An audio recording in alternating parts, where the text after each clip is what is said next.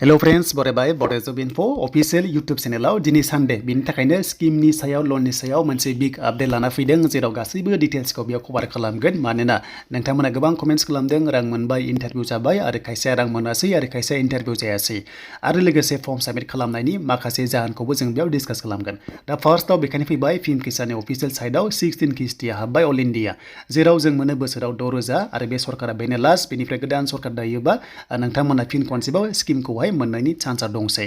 दा नोंथांमोना रां सोनाया 9 कौटिल' हाबदों अके 2,000 निफ्राय लानानै 4,000 5,000 6,000 हमना ला जि दङ नोंथांमोना कमेन्ट्स खालाम जायखिजाया 2,000 निफ्राय जागायबाय फिल्म किसानाव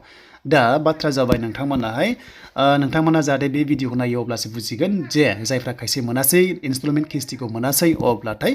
नोंथांमोना माबादि खालामनांगौमोन दा बाथ्रा जाबाय केवाइसि सोलिदोंमोन जायनि जाउनाव खायसेनि एकाउन्टआ एक्टिभ जायासै बिनि थाखायनो बिथांमोना 9 कौटिनि सोबाय आरो 11 कौटिनिफ्राय 2 कौटिया थालांबाय जायनि जाउनाव नोंथाङा बेयाव दङबा नोंथाङा एकाउन्टआव रांखौहाय मोननाय जायासै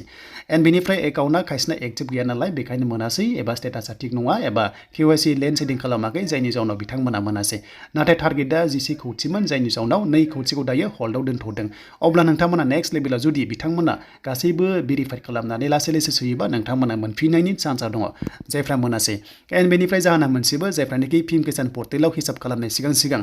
जायफ्रानोखि खालामदोंमोन मोनबाय आरो हिसाब खालामखांनायनि उनाव जायफ्रानोखि एप्लाइ खालामदोंमोन बिथांमोना जाहाथे बेयाव थालांबाय जानांगौ बेखायनो बिथांमोननिखौहाय बेयाव काउन्ट खालामासै एबा लाफानाय जायासै जायनि जाउनाव गोदान केन्डिडेटफोराहाय गोदान बेनिफिसियारिया बे रांखौहाय मोननो हायासै स' बेखायनो मोनसे अपसन स्टेटासाव नोंथांमोना क्लिक खालामनानै नायदो माबादि कन्डिसन देखायदों अब्लाथाय नोंथांमोना गासैबो डिटेल्सखौ बुजिगोन आरो नोंथांमोनाहाय आपडेटखौ मोनबाय थानो हागोन दा फैबाय सिएमनि आत्मनिर्भर स्किमनि सायाव दा बेनि माखासे रांखौहाय सोनायनि बाथ्रा होनदों सिएम सारा एबा बिथांमोना बुंदोंमोन जे मार्चआवहाय सोगोन होनना बुंदोंमोन नोंथांमोननि 50% किस्तिखौहाय दा बिनि सिगां इन्टारभिउ लागोन होनना बुंदोंमोन अरेल स' खायसेखौ लाबाय होनना गोबां कमेन्ट्स खालामदों कल खालामदों आरो खायसेया कल खालामजायासै अब्ला मा जागोन थ' गिनांगौ गैया नोंथांमोना लासै लासैनो थांगोन मानोना लाख दं नालाय हाजार दङ डिस्ट्रिक्टआवहाय जागोन नालाय बियो ओंखायनो एसे लेट जायो थ' बेखायनो टेनसन दाला नोंथांमोना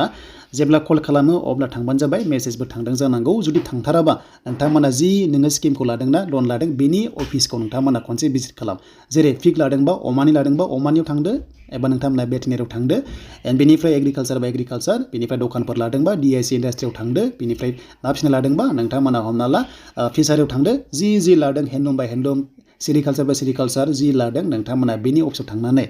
खनसे सोंबानो जाबाय जे सार मा जादों आपडेटआ बिदि खालामदों होननानै नोंथांमोना एप्लाइ खालामनाय एक्न'लेजमेन्ट मोनो बेखौहाय लांफाबानो जाबाय नोंथांमोननि डिटेल्सखौहाय अब्लानो नोंथांमोना आपडेटखौ मोनगोन नाथाय अब्लाबो नोंथांमोना नेथ'नांगोन बेनिफ्राय फैबाय दानिया आत्मनिर्भर नोंथांमोनाव थांबाय स' बेनिफ्राय फैबाय जोंहा दानिया बेनो जाबाय नोंथांमोननि ग्रुपनि मेम्बार्सफोरनि थ' बिनि फर्म साबमिट खालामनाया 3, 4, 5 बे मार्चआवमोन हमना ला दिनैनिफ्राय नाथाय दिनै सानडे स' नोंथांमोना गाबोननिफ्राय फाइनेल फर्म साबमिट खालामनांसिगौ बेखौहाय चिफ मिनिस्टारा बुंदोंमोन स' बेखायनो नोंथांमोननि एकाउन्टआव फार्स्टआवनो 10,000 नोंथांमोनाबो मोननायनि चान्सआ दंसै बे मार्च दानाव मानोना बिथांमोना इलेक्सननि सिगां बेखौहाय टारगेट खालामदों नालाय ओंखायनो नोंथांमोना फाइनालि फर्मखौहाय जाहाथे साबमिट खालामो आरो लोगोसे मिस्टेक जादोंबा गिनांगौ गैया नोंथांमोना कारेक्सन खालामनो हायो जेबो नङा नोंथांमोननि जेरै बिअ थायो बिथांमोनजों कन्टेक्ट खालाम एबा नोंथांमोना हमना ला सिआरपि होननाय थायो स' बिथांमोनजोंहाय नोंथांमोना जाहाथे कन्टेक्ट खालामनानै एबा जि जायफ्रा गोरों बिथांमोनजों कन्टेक्ट खालामनानै आरो लोगोसे SRLFआवहाय जायनाखि बे स्किमखौ नायगोन भेरिफिकेसन खालामगोन बे जाबाय बिसि ब्लक कअर्डिनेटर बिथांमोनजों कन्टेक्ट खालामनानै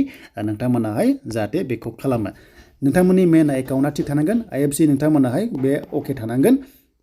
स' बिनिफ्राय एकाउन्ट नाम्बारा अके थानांगोन एन्ड ब्रान्सफ्रा जाहाथे मोजांखौ होयो अब्लानो नोंथांमोननि एकाउन्टआव राङा हाबगोन दा बेखिनियानोसैमोन दिनैनि लेटेस्ट आपडेटआ स' नोंथांमोननिया बेनो सिएम आत्मनिर्भर स्किमा नोङो जि लन लागोन बिनि सायावनो नोंथांमोनखौहाय दा नोंथाङा जि लन लादों स्किमखौ सेलेक्ट खालामदों बेनि सायावनो सोंनाय फिननाय जागोन बेखायनो जेबो गिनांगौ गैया जे नोंथांमोना दाउ फिसिनायबा दाउ फिसिनायखौ बुंनांगोन अमा फिसिनायबा अमा फिसिनाय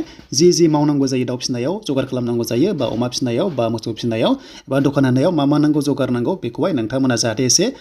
सोलोंनो थाङो एबा नोंथांमोना जाहाथे बेखौहाय इन्टारभिउ लाग्राफोरनो जाहाथे खिथानो हायो दा बेखिनियानोसैमोन दिनैनि माखासे लेटेस्ट आपडेटआ एन्ड नेक्स्टआव गोदान आपडेट फैगोन लेटेस्ट आपडेट मोनोबा नोंथांमोनजोंहाय शेयार खालामगोन बेखायनो जाय नोंथांमोना बड'ज इनफो इउटुब चेनेलाव गोदानै फैदोंमोन साबस्क्राइब खालामना लाबानो जाबाय जेब्लायबो साख्रिनि आपडेट लोगोसे गभर्नमेन्ट लन स्किमनि सायावबो नोंथांमोनाहाय आपडेट मोनबाय थानो हागोन